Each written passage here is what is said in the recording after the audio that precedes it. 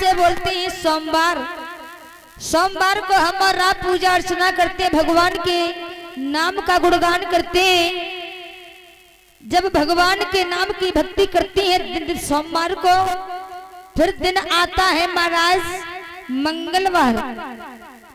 जब सोमवार को पूजा अर्चना करते, भगवान के नाम के गुणगान करते, तो हमें और आपको शक्ति यानी कि भक्ति की कुछ शक्तियां प्राप्त हो जाती हैं।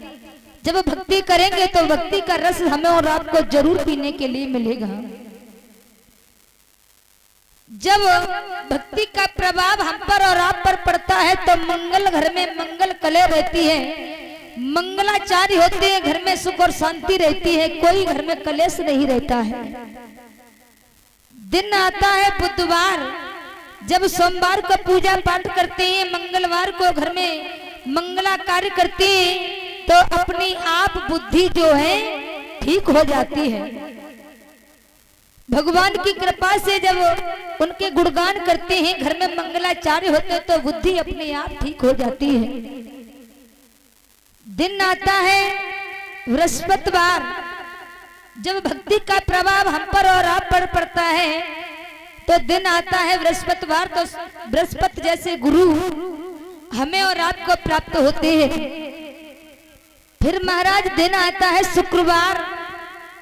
जब दिन शुक्रवार आता है, भगवान की पूजा पाठ करते, मंगलाचार्य करते, बृहस्पति जैसे गुरु प्राप्त होते हैं, तो घर में शुक्रवार वाले दिन जो है हमें घर में सुख और शांति प्रदान होती है। कोई कलह कोई कलेश नहीं होता है। उसके बाद में फिर दिन आता है शनिवार। जब भगवान की कृपा हम पर और आप पर पड़ जाती है, भगवान की नजर सीधी हो जाती है, तो शनिचर जैसे देवता हमारा और आपका कुछ भी नहीं बिगाड़ सकते हैं। कुन्ना में ही टिके रहते हैं, कुछ नहीं बिगाड़ सकते हैं। हरी हरी गंगा मैया के किनारे ऊंचे से आसन पर बैठे हुए व्यास नंदन श्री सुखदेव स्वामी कहते हैं कि हे राजन परीक्षित, कल की कथा में बताया था किस प्रकार से भगवान योगी राज कृष्ण ने जाकर के भोजराज मामा कंस का वध किया है। तो महाराज जब मामा कंस का वध किया है, मथुरा 3 अक्षरों से लिखा जाता है। मथुरा, अगर बीच का शब्द थू नाम का शब्द हटा दिया जाए, फिर महाराज आगे पीछे को शब्द को जोड़ो तो क्या रह जाता है? मरा। कौन मरा? मामा कंस मरा है। कहाँ? मथुरा में। भगवान कन्हैया ने मामा कंस का वध किया है।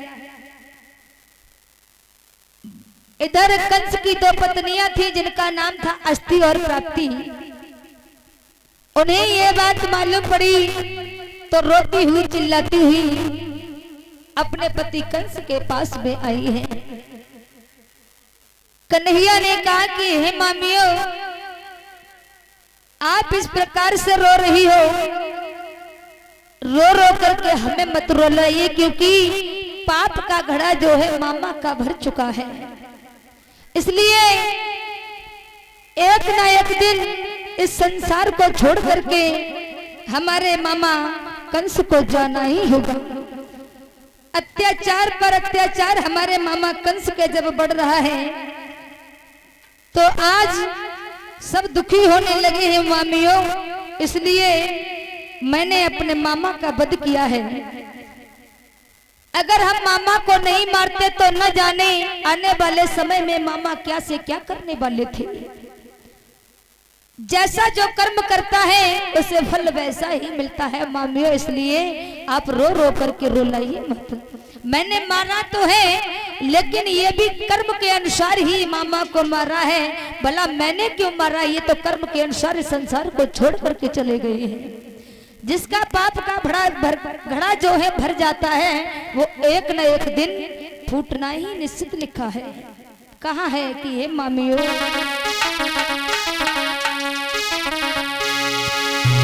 कि तुम्ही मारी कर क्यों, तुम्ही मारी कर धर्म और तुम्हें मार देंगे तुम्हारे कर्म, तुम्हें मार देंगे तुम्हारे कर्म।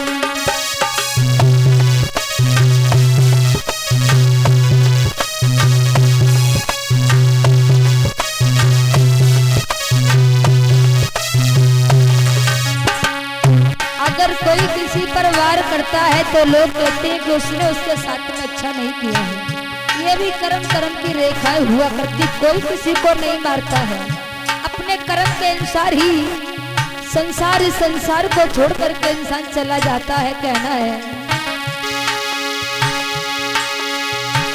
तुम्हें मार कर क्यों, तुम्हें मार कर क्यों बिगाड़े धर्म, तुम्हें मार देंगे तुम्हारे कर्म, तुम्हें मार देंगे तुम्हारे कर्म।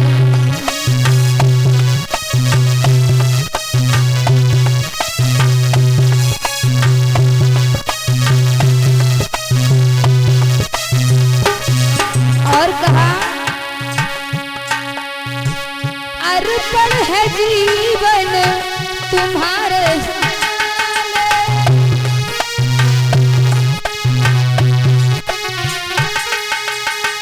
हम राम जी के, राम जी हमारे,